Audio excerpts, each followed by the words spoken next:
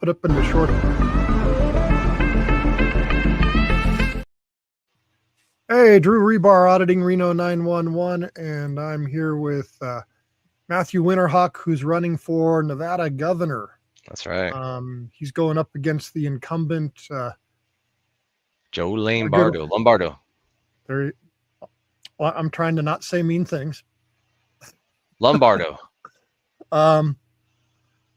For me, Lombardo is kind of the lesser of two evils that I had to vote for last time. That's how I voted. Well, I would give it that. Yeah, I'd agree with that. So, yeah. So, anyways, you're running against him. Yeah. For Nevada, and I'm just kind of let you tell what you stand for, what you're for, what you're against, and try to get your name out there. I'm for transparency and then auditing all 17 counties. You know, the resounding thing that I've heard from all of the different walks throughout the counties was that they don't feel like anything matters, whether or not they vote, or like vote or do not vote doesn't matter. The outcome is the outcome, and it has been that way for a very long time. At least that's their perspective. Seeing that, you know, and being on the inside for a little while, I could see how that could definitely be construed. I mean, the appointed and or bureaucratic positions haven't changed in 30 years, a good majority of them. So you're left with figureheads changing, maybe different monikers changing and their titles changing, but the people that are really running the meat and potatoes behind the forum and setting budgets and doing the real work behind Nevada, I mean, it's the same people. So it always feels the same. So for me, it's just transparency with those people. Yeah, I see that. It's it's in my race. I've got the ex-DMV director going against me, and she is why I am what I am. Right. And she was appointed by Sisolak, a Democrat, that's endorsed by Republicans. How's that work? Well, I guess since you're in a Republican district and that's where you live, you've got to run as what has a chance of winning. Because in my assembly district 40, it's Carson City, Story County, Southeast Washoe, and it's 8% majority Republican. If I remember my numbers right, don't quote me on that. But yeah, I think you're seeing the problem is it's not the party, it's the people that have been there forever that just keep getting recycled. Anyways, I'll let you keep going. Sorry. Yeah, no, it's really a power structure, right? And the people that are actively engaged in what I would consider politics at this moment, they're all the same players as well.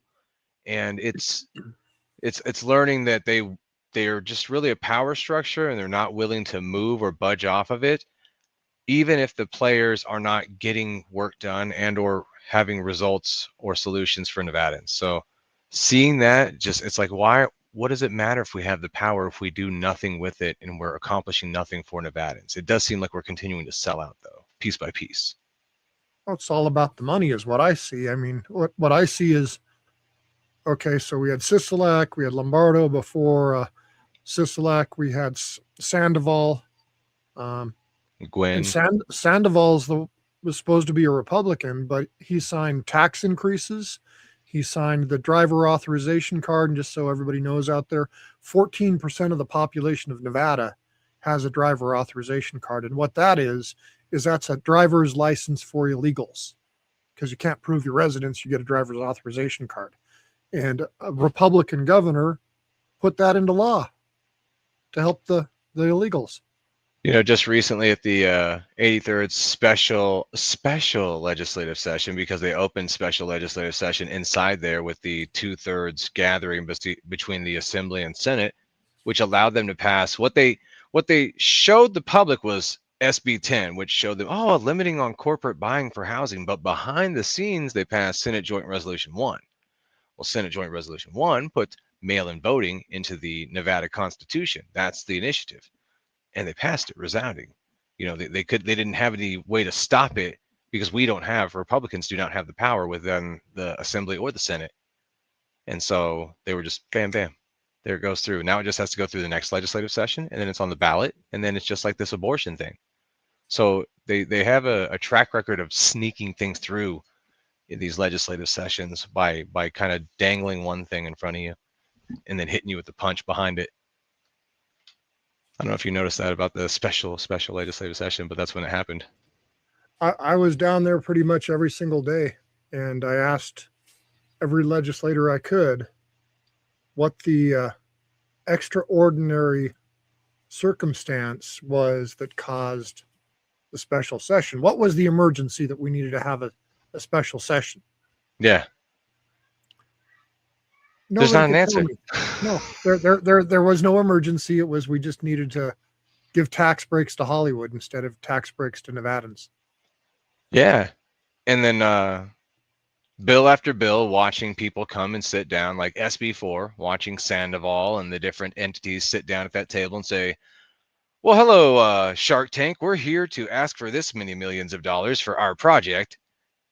That's what it was like watching. It was embarrassing for me as a Nevadan, watching them just kind of sequester millions of dollars out of a budget, forecasting for them to build university buildings on UNR and UNLV. I think there's like $404 million in that bill. Well, and then the public wasn't even allowed to speak during public comments from a remote location. You Correct. had to be in person to give testimony to the people's house, the legislature. But the legislators didn't have to be there. They could vote remotely, but the people couldn't speak remotely. Yeah, thanks to Danielle Gallant, who likes to throw that away. Look, I threw her under the bus the other day because of that, because had she not voted to forego the rules, which is what Yeager and them were doing to allow remote voting, when they didn't allow remote testimony. So it was just that thing. Oh, okay. So we're above the law because us as legislators who are preparing for vacation get to vote remotely, which was Hibbets and Kasama, were allowed to vote remotely, which made it, I think, a 2020 vote. I believe that was the case, which still forced it in. And then LaRue Hatch initially had thrown out it would have been thrown out from that initial stage had it not been moved forward with suspending rules to allow remote voting, if that makes sense. Yeah. There's like 3 different pieces that had to all go into play. And Yeager doesn't care because he's not going to be there next year. And neither does Houdigee, or how do you say her name? Houdigee? Houdigee. I don't know. Okay. Then there's Kasama's not going to be there next time either because she's running for Las Vegas, or is it Clark County, whichever council she's running for commission. Yeah, so you see this, and that was the thing. The people that were making the concessions that were really compromising Nevadans as a whole, or at least 16 out of 17 counties were going to be completely compromised. You could see that there was support in Washoe and Reno, which was kind of upsetting, but I guess they have some union ties from there that they could have sent down for the jobs in Clark County. I don't know. It was weird to see that because it's like, look, guys, you're getting loopholed too. Well, what that showed me is, okay, so Lombardo was pushing this bill to transfer all this money out of state. And then what I call the uniparty people. So if you look at the makeup of state government and the electeds, you've got a lot of ex-cops, retired cops, retired government employees, and attorneys. And you don't really have any people running the government or elected for government positions that are normal everyday people. Correct. I wouldn't be here unless the government screwed with me. That's why I'm here, because the government screwed with me. So everybody is in this little cabal that they're collecting their government paycheck. They've always been the rule makers in enforcing the rules against the people. And then they get into these positions of making the laws to enforce against the people. And so they come from this whole background of we are the rulers and you are the ruled. The rules don't apply to us, but they apply to you. That's my opinion on the whole thing. It's a very one-stop shop, and that is for sure. And you'll definitely see that stuff. Like recently I was posting about DCFS and CPS and the way that runs, because they're almost incentivized to tear apart families, right? The same way in the ways that I'm trying to think of what else is comparable to that they do intentionally, like the division amongst politics to make sure that the rule and the power is kept in one area. The same thing. If it's good for them, they continue that path. And so tearing apart the family creates 3 income streams. Keeping the family together creates a 0 income stream. If that, like, now you got mother, now you got father, now you got child in a system. And after looking at all of these different case after case after case, and then going through 17 counties of people, and then having that being a normal thing that was told to me, like, you really got to go talk about DCFS and CPS and look into these different apprehensions for group homes. It's not so much the individual CPS and fosters, it's the ones that are group homing, and now they're going out there and pretty much just kidnapping kids so they can up their income, and they don't care what they're tearing apart families. They're like, Elko's a huge one they were telling me about, so focus on Elko. And they're like, Pahrumps really big, and the rural areas seem to really live on the DCFS CPS collusion. And Well, the guy you got to probably talk to then is a guy named Michael Sternberg. yeah, I just Father in Exile. Okay, so you know him. He and I met through YouTube, and Yeah, he saw me, I saw him, and yesterday he and I did a little thing like this where he came and told his story, and it's a dude, it's a screwed up story. so then when you hear those, and that's the thing, is like, there are genuine great people inside of those systems that have a great heart that are there working for children. And the same thing, the systems exist initially to help and rescue families. DCFS, CPS, that's what it was there for: Division of Child and Family Services and Child Protective Services. They were not there to harm anybody. But what had happened is the money became a subsidy, became something to dig into, became budget line items inside of a state's budget, became, oh, we can increase this revenue. And poverty-stricken families and families that are they just end up dealing with that structure more often, as a result of it being something they can utilize for a budget, especially when states are suffering, right? They can reach into any and all pockets to kind of recover where they're spending out here and then shortfalling. Like Elko's budget just shortfell in their education, so their schools are closing. I don't know what the full resounding is, but I know that their schools definitely have no funding. Then there's Douglas County, had the same problem that's going on with their schools, are not having funding. So when their schools shortfall with their budget, what do? Who do they lean on? How do they get that money back? How do they cover the budget? So they're looking for it in other ways. And that seems nasty, but that's what they're doing. Well, they collect more child support, which means the federal government gives them more money back on child. I don't know if anybody knows this, but every time somebody pays child support through the state systems, whether it's Nevada, Washington State, whatever state, the federal government gives the state money to implement those programs. So that's like a 60-40. Yeah, it's huge, the amount of federal tax dollars that get paid into the state coffers for the states enforcing child support orders. Yeah, last year alone, I think they said was $253 million. So $250 million. So it's an intense amount of money, and it's not something that they're willing to compromise. And then people who are working there, so say you're a caseworker, a CASA, or you're a guardian ad litem, or you're any of these different, like, you need your job, right? So you're not going to be working against the system. That's the thing that I keep running into with all of the people in a political light. I can't get people to step out of their light. Like, yeah, Winterhawk, what you're saying is right. Yeah, that's what's going on. Yeah, it's corrupt, but I got to have a job tomorrow. And that's the thing I'm running into everywhere. They're like, you're right. You keep saying it. Think you're so brave out there. And then, here comes the fire and the vitriol. Well, and I've talked to some state employees, because the area that I'm running for assembly in is Carson City, which is the capital. And so Yeah. I've got a lot of voters that work for government. And when I talk to them, like, I had one gal, and one of my big things has been the DMV. DMV is totally corrupt. And I was out at the parade here last month or whenever it was for the Nevada Day. Yep. And a gal from DMV came up and thanked me. Well, they see it, right? So they just can't do anything. They can't do anything when they're in there.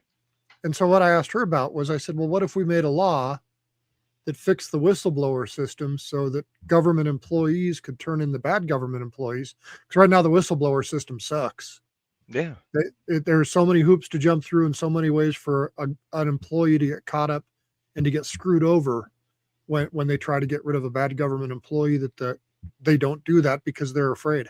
Look, our own government down here in Clark County, our own police department, our own district attorney, Mr. Wolfson, they literally set up child trafficking, sex operation and stings down here. And then because they caught their own people, whoops, I caught my own people that I invited here from Israel. He let him go. And then they tried to pin it on Sigel Jata.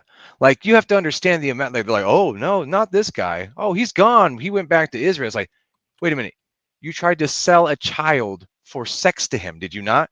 Well, yeah. Why is he back in Israel? Why is he not here? Oh, because he was a diplomat and Steve Wolfson let him go, gave him back his passport. So the guy that is in charge of child and family services as a district attorney, child protective services as a district attorney, child support as a district attorney, let a child sex trafficking, literally convicted, took the child at reception and says, okay, go. See you later. It's not just down there in Las Vegas. You Oh, saw the oh Reno. yeah. I just saw that one. It was a couple months ago. Yeah. So here's a former Reno What is this all deputy about? chief. They're all Are they child trafficking through these industries? well, Some of them are, obviously. um, I've got lawsuits against the library and the local LGBTQ Our Center people. Yeah, they don't like it when you go at the library because they want it to be open completely. They say they don't push it. That's the story, and they're sticking to it. Well, that's the story. But let me pull something. Let me pull something else up here. I believe you. I just know. I'm just going off of published stuff. So let me share this screen here with this again. Put this one back here. So it's called Build Our Center, which is our center in Reno. Far left. There's a lot of tax dollars that go to this, and I'm sure that the same thing happens down in Las Vegas because you guys have one down there too. Yeah, I would And they all kind of support each other. But if you go through this article, and this is from influencewatch.org, and you'll notice that they quote they link to our center's website, so you can go see it, and they've got a whole bunch of links to where they got this information from. But my biggest thing that really, really bothers me, especially with what we've just been talking about, is this part right here. Now for YouTube, we got to be kind of careful what we say. But this says, Scarlet Teen Queer Education is a youth program with which our center partners, through which teenagers and quote unquote emerging adults, children, take classes on, they take classes on. The classes provide information about how to perform a wide variety of acts and encourages children to engage in them. That's pretty alarming, to say the least. That's going on right there. And you said I got that program here too. See, it's just another piece. Well, I'm assuming they've got it down there because they've got what's the LGBTQ center down there, Las Vegas. And what I see is they're linked together. Here it is. I plop that one back up here. It's this right here, and it's pretty much this LGBTQ center. They're all centers. We don't even have a community center for the actual community worth a damn.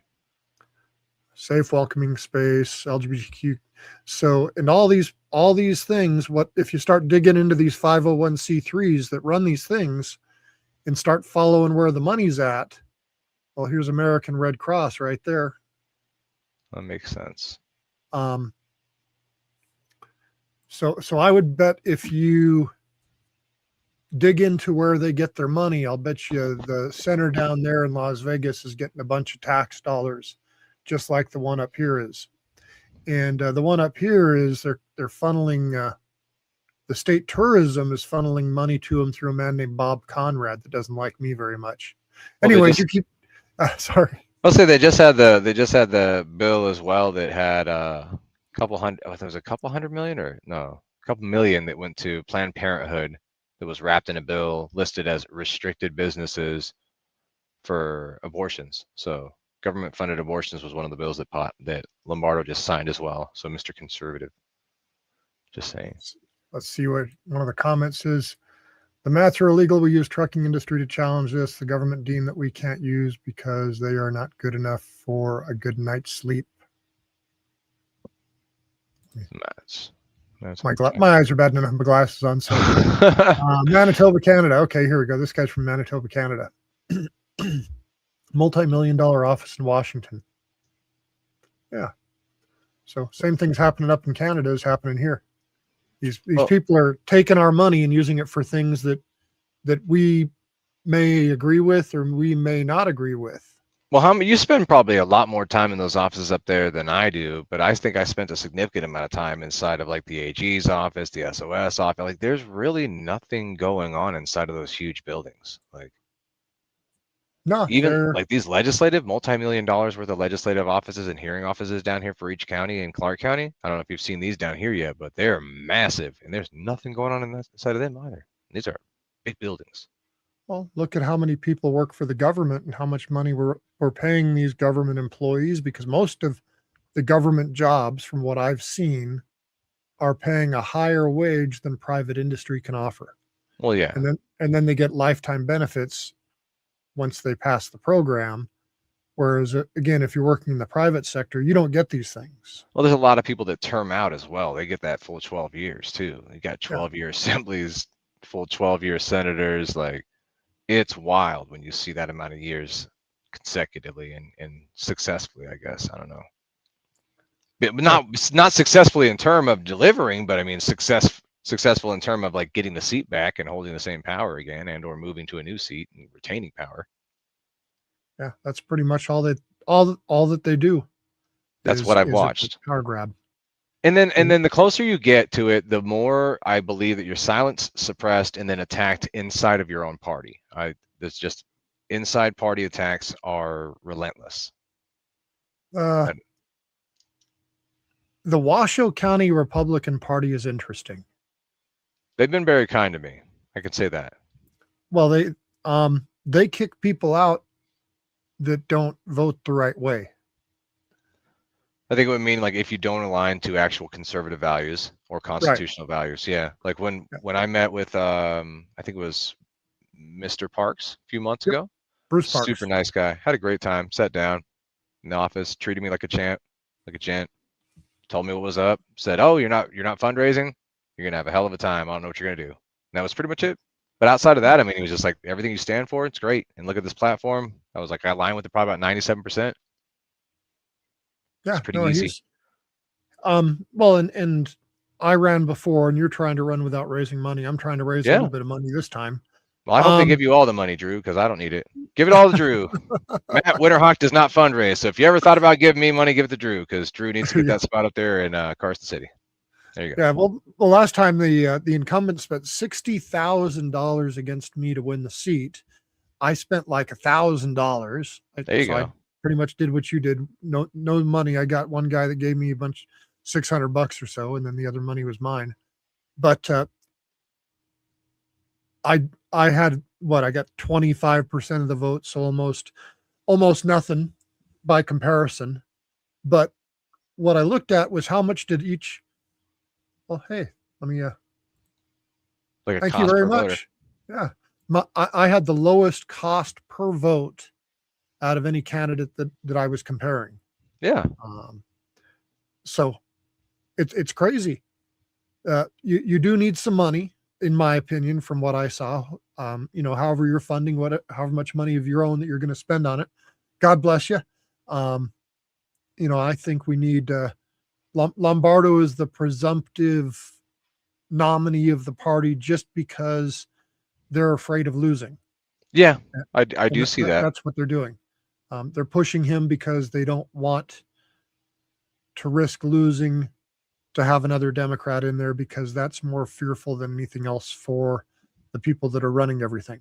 And you can see a guy like Aaron Ford right now. He's trying to sue the PUCN for the recent hiking of Nevada Energy's energy charge, the demand charge that they're going to add.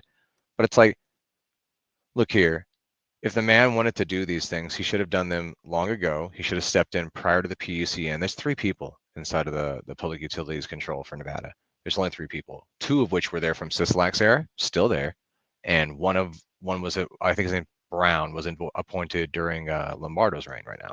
So these 3 people can make the choices to your gas, your water, your electric, all these bills being increased by these utility companies coming saying, hey, we want to have vacations next year. We want you to pay for it. How about that? And they're like, okay, approve. It takes 3 people and they approve it. They just did that with Nevada Energy. So now they're going to hike this demand charge for all of Southern Nevada. I don't know, because you guys have a different electric company up there, don't you? NV Energy's up here. Okay, so you have NV Energy. Somebody out It's there was NV Energy North and NV Energy South, I think, Okay. because for years North and South was divided by different companies, Correct. and then Warren Buffett came in and bought them all up.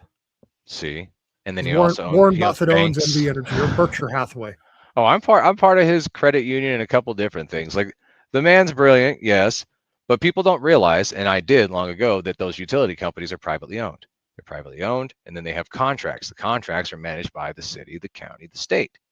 Government. These are where your subsidies, your government, exactly. They're But when they're quasi-governmental shaking organizations. their fist and they're going, Donald Trump, you made my electric bill more expensive. I'm just over here going, lack of education. Like, oh, this is hurting my brain, and I want to educate everyone inside the world to be like, look, it's 3 individuals inside of Nevada. Look up the PUCN. Go to every meeting available. Every time they talk about hike, you say no. They do it, guess what? They're going against the people. It's that easy. Like when I was talking to Michael the other day, father in exile, and he's suing the Nevada State Bar. Yeah. Which is basically a government agency. All of these agencies, whether it's the Nevada Transportation Authority, which is the agency that regulates my business, it's for sale, by the way. A&A Towing, if you want to buy me, call me. There you go. Excuse me. Shameless plug, get the business. Well, I don't want to run the business anymore because the government keeps screwing with me. And since I speak out, they keep screwing with me more and more and more. Of course. So I just want to go fix the problem that I've identified now. And I've run the business, raised my kids. So let's go do something else and give somebody else an opportunity to run that type of business. Yeah, it's time for service. But every single industry, every single thing you do in the state of Nevada to make money, whether you're a bartender and you need to get a police card, because if you're going to serve alcohol in a casino, the police have to authorize you to do it, whether you're going to cut hair, whether you're going to be a contractor, whether you're going to be an attorney, whether you're going to be a physician, whatever, whether you're going to sell cars at a car dealership. Yeah. Everyone makes you get some type of license, so you're accountable to the state of Nevada. And like you pointed out, that you got 3 people on these commissions and these boards that run these entities, and they can either take your livelihood away from you or give you your livelihood. Correct. And then here in Clark County, you got 7, and then 2. I want to say it's 2 weeks ago, so it hasn't been that long. What's up, Endial Immunity? Yep. So 2 weeks ago, I want to say April Becker stood on her 10 toes of business and said no to the FRI tax. One of only 6 out of 7. 6 out of 7 said yes. Only April Becker said no, and April Becker also took the time to explain how it should have been a vote to the public, shouldn't have been left up to the commission. But what it will do is increase the gas taxes inside of Clark County 100%. So, and I experienced that the other day when I went to Nye County, which is 90 miles away. It was $3.61 for premium. When I just filled up today, it was $4.58 for premium. There's literally a damn near $1 difference. Yeah, and that's all because of the taxes that we add on to here. Exactly. Well, it's like that we add on, not Donald Trump, not Joe Biden, not George Bush, that we, our own commissioners inside of Clark County did. Yeah. Washoe County did the same thing up in the north. If I go buy regular unleaded in Reno, I'm about $4.40 a gallon, or is it 4 or 3? Anyways, let me see. I'm $2.73 in Carson City. Mm-hmm. So that means if I go buy fuel in Reno, I'm going to be $3.40-ish, $3.50-ish, somewhere in there. See? Because it's all taxes. There's like an extra 56 cents per gallon tax. Where do we put it? Oh, we'll put it on the gas because only the tourists drive cars. What? I agree. There you go. Hey, Michael, how's it going? Aaron Ford is a kidnapper and thief. I sued him twice and took his immunity. Aaron Ford went to Macron. He wanted to see Macron's underpants. I can't remember. Someone posted it the other day. It made me laugh so hard. It was on Facebook, and it was like an AI video. And he says, "Y'all suckers pay me $200,000 to fly to France to see Macron's underpants." It was this picture of Aaron Ford's face. It was hilarious. I'm about to send it to you.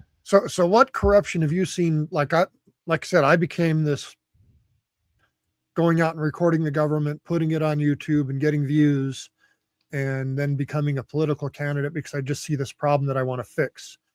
What things have you seen that you want to fix? Well, you've got unincorporated townships, which are a great majority of Nevadans' land. And what happens in those areas where it's a county that's left up to control it, there is no actual city. Fernley was the last city that was turned into a city. I think it was like 2002, somewhere in there. So you think 2002 to 2025, we haven't had another city. So Pahrump, as large as it is, 55,000 plus residents, really has just commissioners over the top of it. And Pahrump, Round Mountain, Tonopah, so it's not just Pahrump, it's Nye County is really run by 3 commissioners. Now, how in the world is an area that literally is one of the largest counties in the United States, and its money is the lowest and the income is the lowest for like it's really a poor area? Shouldn't be. It's a mining area. Relies on that. It's got a ton of projects from BLM through solar projects.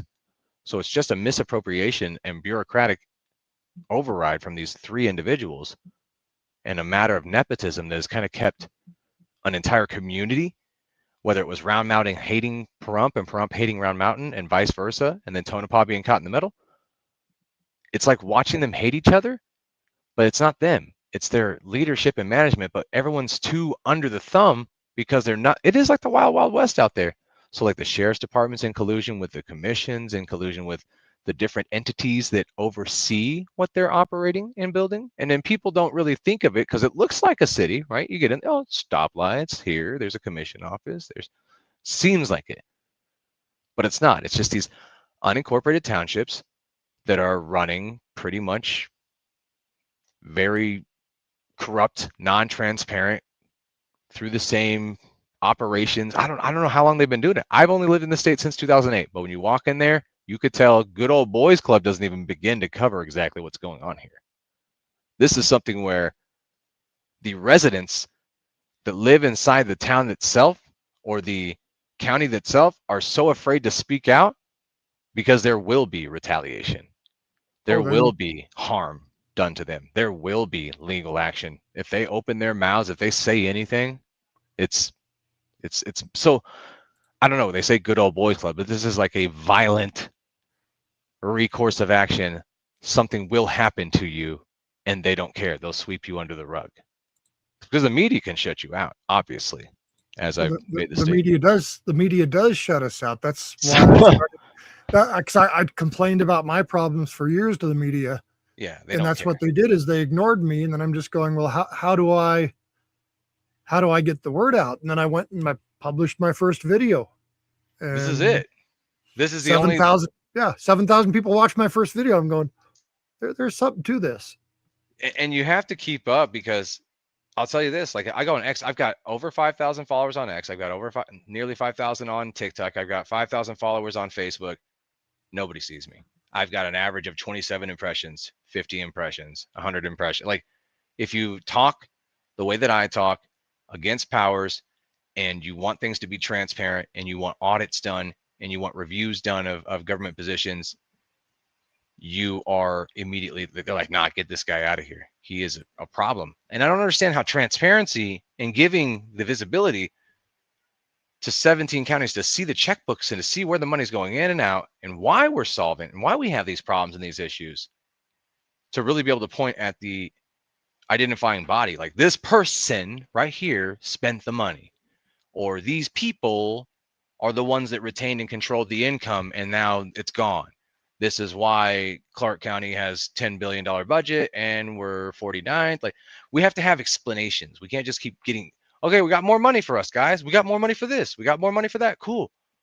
There's always money coming into Nevada, but nothing's getting better for Nevadans. And that is a resounding thing that's consistent. Well, Nevada used to have some of the best roads in the nation. Yeah. Used to. Yeah, now it's a fund. Now it's a slush fund. There's lots of cones. Lots of cones. Well, it's like the NDOT director, Joe Hart, up here was doing a report on, and Joe Hart, for those that don't know, he's part of mainstream media, KRNV. I don't want to give him a plug, but I just did. And I like Joe. I've met Joe a few times, and he seems to try to do the right thing. And he goes and digs up things like Nevada Department of Transportation. The director was driving a state car home, back and forth, running errands, spending spending taxpayer dollars in a car that she wasn't supposed to be operating because that's not part of her contract. Yeah. And she's And still sitting there. And then they started doing this audit, and I've tried to get the records of the audit, but they won't release those to you. And according to what Joe Hart's found, there's millions upon millions upon millions of dollars missing, just well, missing. we rely on our bond ratings. Like that's a lot of people in America and in the state of Nevada do not understand how our budget is operated, right? That we operate on bonds. There are bonds, meaning we promise we will pay back this much to our investors, whomever it be, through Wall Street, whether it's Vanguard, BlackRock, and Elon Musk. They put the billions in for the economic forum to appropriate our budget. That's how it works.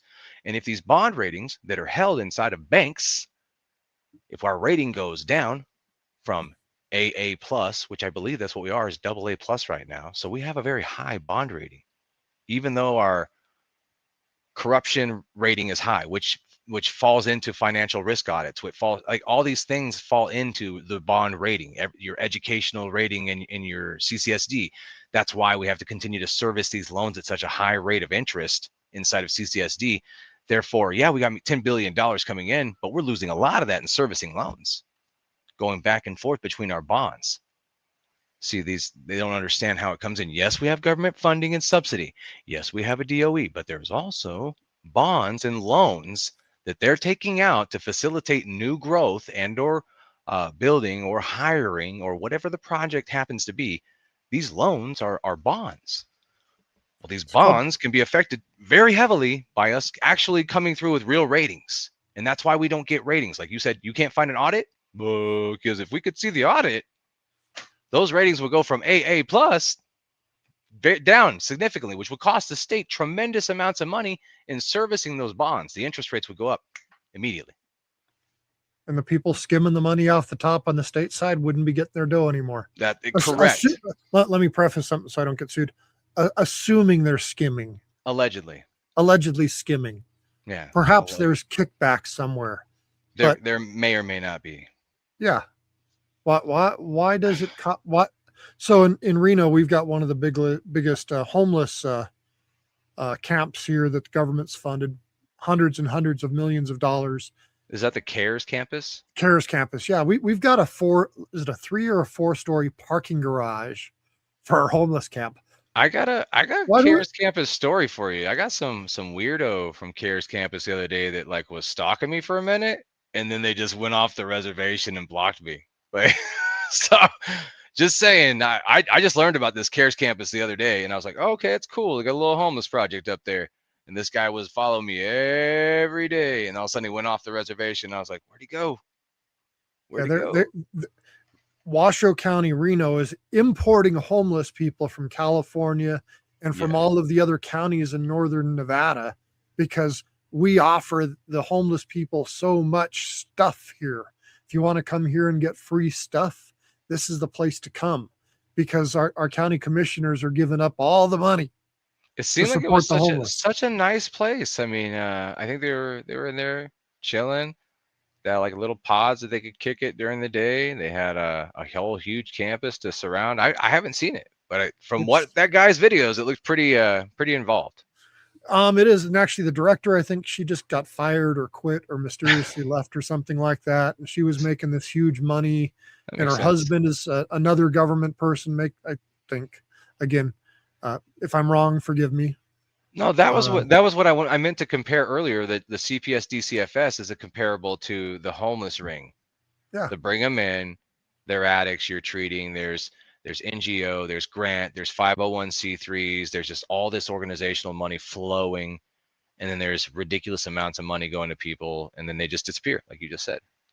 Gone. The money's all gone, and then the people that are going to work every day, what do they get? Nothing. They get shitty roads to drive to work on and bust their cars up. And then the government comes into their businesses and wants to fine them and take their money and bring them in front of these agencies that have no accountability. And again, why? Yeah. Yeah, that's a big racket, and it's turning into a bigger one. And I think that one as well has grown because it wasn't something that used to be so huge. Clark County did not have a huge homeless problem. I'm sorry, it didn't. Not till post-pandemic. After the pandemic, it started going wild.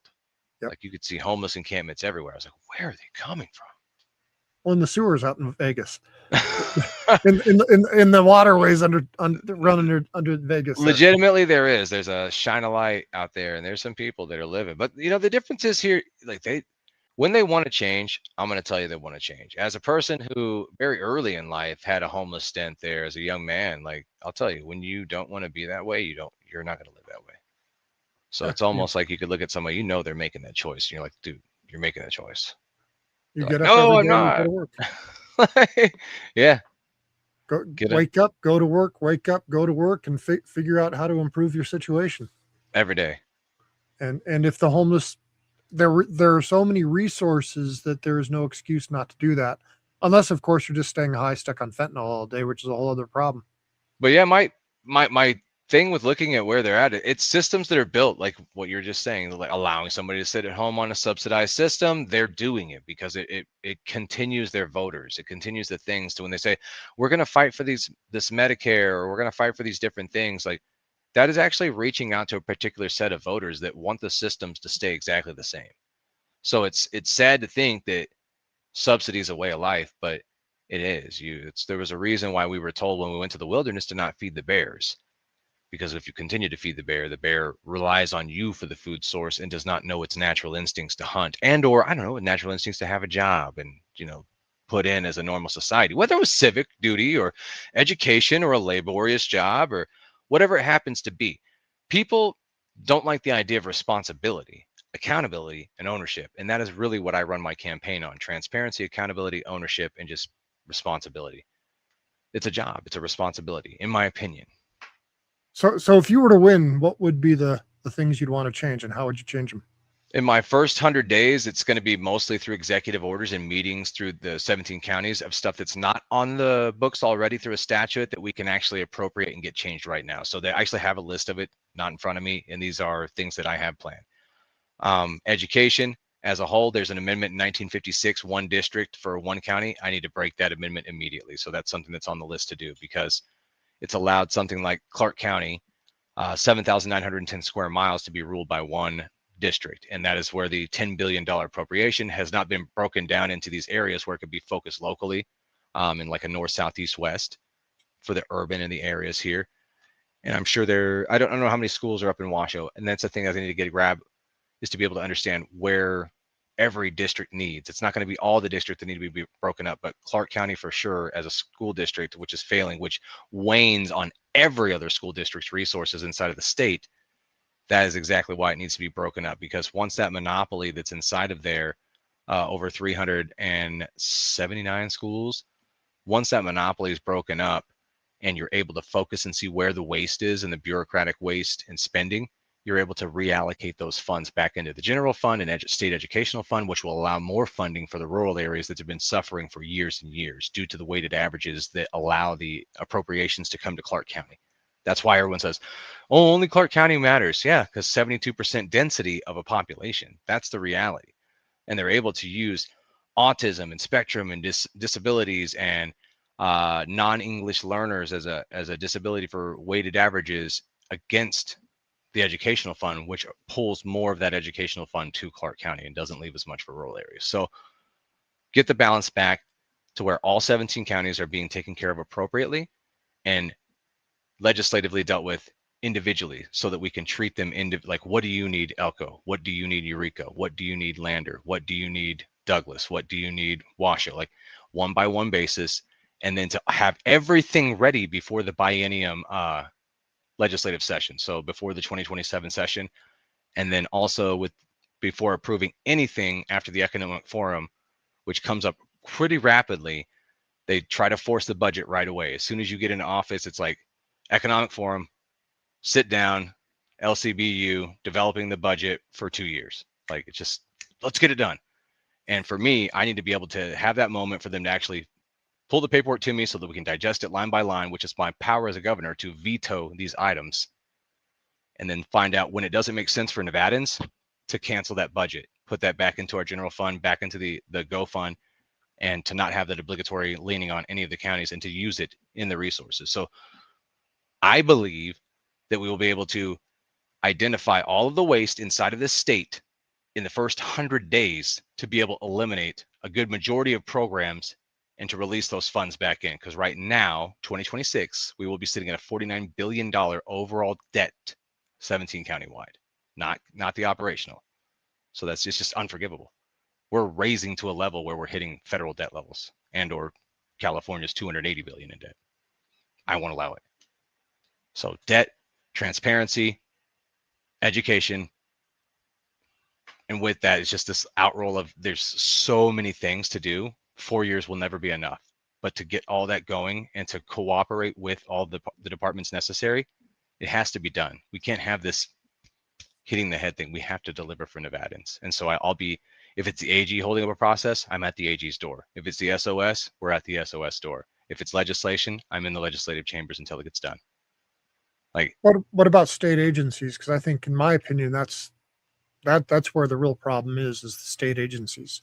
The appointed properties, everything that's inside will be reviewed within those first 100 days as well. So there's over 250 plus appropriated offices and appointees that need to be either reviewed. Like, so if they were there and benefiting during these times while Nevadans suffered, they're going to be removed. These offices are going to go up for election and we're replacing people. It's not even going to be a situation of were they good or weren't they good? When they were here during these times, they weren't good. They caused problems.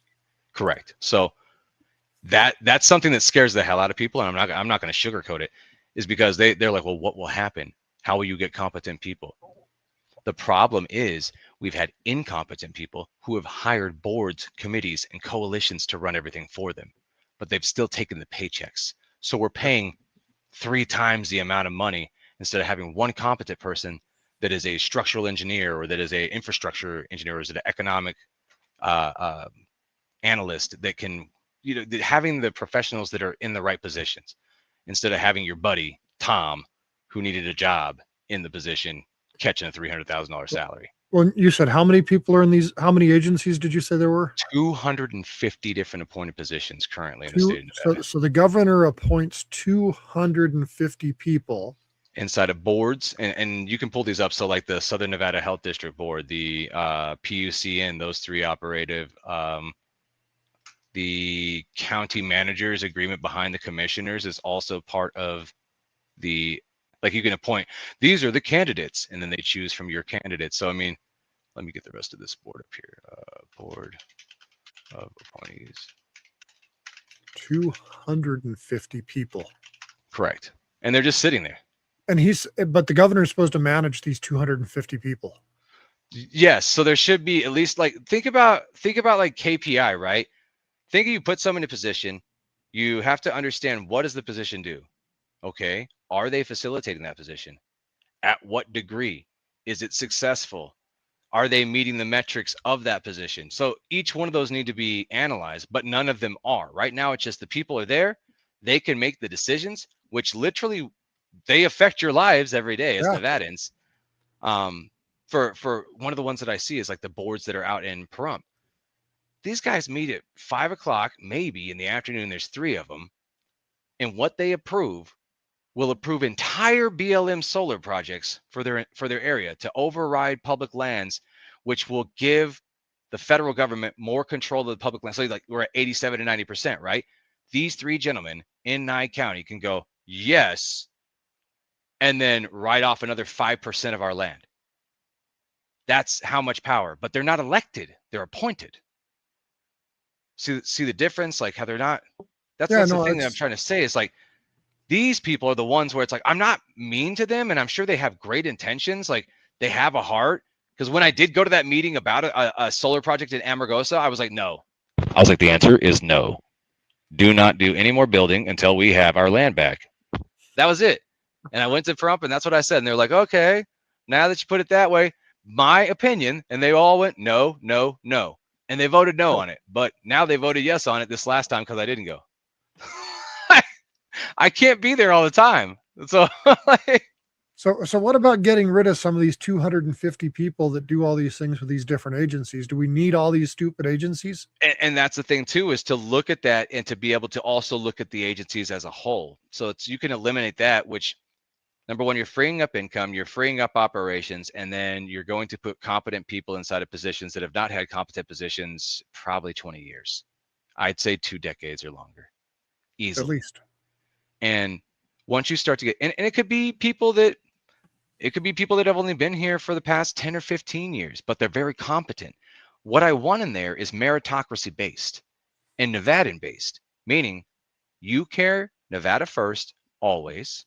That's what matters. If you're a state executive or you're a legislative representative for Nevada, not a congressional, then you need to always, at all times, be nothing but Nevada, in my opinion. So those same things with the appointed positions, if you're going to be in there making these decisions, you need to be someone that has a reason, like I almost say lineage, but that type of dedication to the Nevada. You have to care deeply, and this is your home. Home means Nevada. Those people need to be in those positions because they're going to make the right decisions and not sell out, in my opinion. Right now, you've got people that just compromise it. They sell it. They don't care. And as long as they know what the Constitution says and they try to do what the Constitution says, as opposed to what we've got going now. Our 19 articles and our 112 amendments that we didn't want in there in the first place of our own Constitution, backed up by the federal Constitution. If people would just understand these things and literally stand on those, because pretty much everything that it's like, if you don't agree with line number 2, refer to line number 1. And line number 1 is the Constitution. Like, go back to this. When you don't agree with anything else we're talking about, let's go back to the Constitution. And that's what it was that was meant to be. It was a document to go back to when you had these disagreements. Oh, it's not in there? Cool. Well, then it falls under the 9th Amendment. It's something that's not in the Constitution, but you have a right to do. And if you feel I shouldn't be doing it, then you're going to have to rule against it. Understand? It doesn't mean, those were the things, supreme law of the land, but it's definitely been overridden, misconstrued, misinterpreted.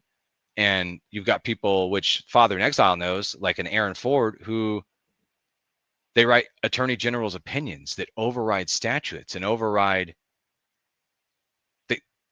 They write a piece of paper and it overrides laws because they're the supreme law, right? They're the attorney general. And that is a problem. When a guy himself, I believe he had like gang violence charges as a young man and allegedly, and $184,000 IRS tax allegedly that was just wiped clean so that could serve in Senate and then serve as the AG and then now run for governor. So, I mean, that's just the type of stuff that we're up against, that it is a good old boys club. It's the same old people. They're shifting positions. And it seems like, oh, they don't like each other there, but I feel like they'll be at the Christmas party at the governor's mansion. Like if I was to go to Susan Ruck's party, I'm pretty sure that I would see the same people there. I'd be like, wow, people that don't stand each other are sitting right there sipping these drinks that I don't drink. I don't drink, by the way. But when I go to those events, every one of these Republican Party events I go to, they're knocking them back. They are getting wasted. So they like to talk too, and they forget they talk to me. I don't know. It's funny. Yeah, it's what I've seen is, like you said, with Mr. Ford, Yeah, Mr. Sisolak, Mr. Lombardo, Mr. Sandoval. What was the old AG's name? He was a Republican too. People keep saying that. I always forget his name. And anyways, what I see here is it's this group of people that all know each other, that are all interrelated. They may have different party affiliations. They may have some slightly different beliefs, but ultimately, when it comes down to spending the money and getting the money, well, if it ain't about the money, they seem to be like this. Yeah, it's no problem. Yeah, it's like I said, the ex-DMV director was appointed by a Democrat. She's in that party, and then she now is all of a sudden a Republican running for office. Well, they're allowed to switch parties. Yeah, and she's backed by the ex-assemblyman whose spot she's trying to take, that I'm racing against her, but she's also backed by Congressman Amadei. So well, I just watch. You see a Yeah, bunch of endorsements going out right now. So Lombardo's endorsing just about everybody. yeah. And I don't think he'll endorse me. well, and then the teachers unions endorsed him. So for Clark County parents and Clark County voters, that is something that's not sitting well with them at all. And he's not even like, he's not receptive. He's not picking up on it. He's like, yeah, CCEA endorsed me. Clark County school districts are endorsing me because I'm education first. And it's like, no, they know what you're wrapping into. They know that you and Superintendent Joni Ebert and Wakefield or whatever his name is, the new superintendent, which is the old superintendent, was working with Joni Ebert during the pandemic days, placing mentorship teachers inside of schools, It's like you unqualified said, teachers. They're all related. It's like a bunch of friends. They just hang out and look. $385,000 to run Clark County School District. That's what Ebert's getting right now. That's a large salary. I don't know what that's comparative across the board, but I'm pretty sure it's one of the largest in the United States. well, we just got a new county manager up here in Washoe County. I fought to get rid of the old county manager for a bunch of last few years, and finally he went away. Now we got a new one. And I've already got her. She's already lied to me. I went and asked her some questions, and I recorded the interaction. And she said she'd do some things, and of course, she didn't. But it's like you just said with what that school district is paying out. Washoe Yeah. County is paying this county manager. I think she's making more money than the Clark County manager. I can confirm 385 base salary Joni Ebert. I can confirm 160,000 for assistant superintendent, which I believe she may have stepped down from that position due to scrutiny, Darlene Delgado. I'm not 100% on that. So 385, 160. That's two positions right there. What they're spending per student, $9,400. What they get in a budget, $10 billion. That says it all. There's nothing else to say. The teachers are losing. The students are losing. The teachers are being assaulted physically and sexually and every other way. The students are being assaulted physically, sexually, and every other way. There's not a win right now, except for if you're an administrator or in government with education, well, then you're winning. It's great for you. You get to indoctrinate children. And I'm sure that if you don't care about children, you're just taking the job, which a lot of these educators, not all of them, but a lot of them seem to just take the job just to have the job. They're not there to educate children. They're just, oh, how much is it? Cool. You're bumping me up $1,000 this year. Fantastic. I'll be there and I'll teach them this nonsense out of this book that tells them that there's 52 genders, and they're willing to do it. And that's what's sad. They're bunch of crap. But there's good people that are caught up in there too. Good people caught up in the education system, but same thing exists. It's like when you want them to bring it down, it's like, look, you're going to have to come out and whistle blow. And they're like, I can't. Yeah, because I can't. I've got a good friend that works in government, and this is what he's told me. He goes, I can't do anything because if I do anything, I'll be the one that's persecuted. I'll be the one that loses my job. I'll be the one that loses my retirement. Correct. I can't. I just have to sit there and watch this bullshit happen. Yeah. And so you've got a lot of government employees that are really good people that know that what's going on is wrong. And when they see things, they can't stop the problem because, well, then they can't pay their bills. They can't afford to feed their family and raise their kids.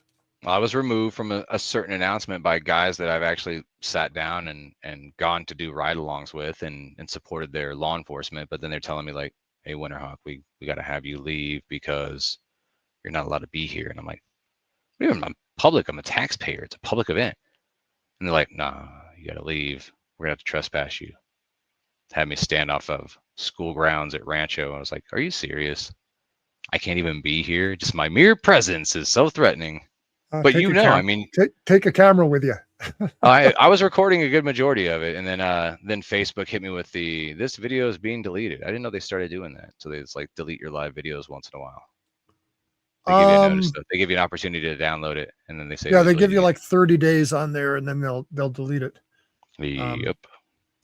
Yeah. So all I can say is record it and.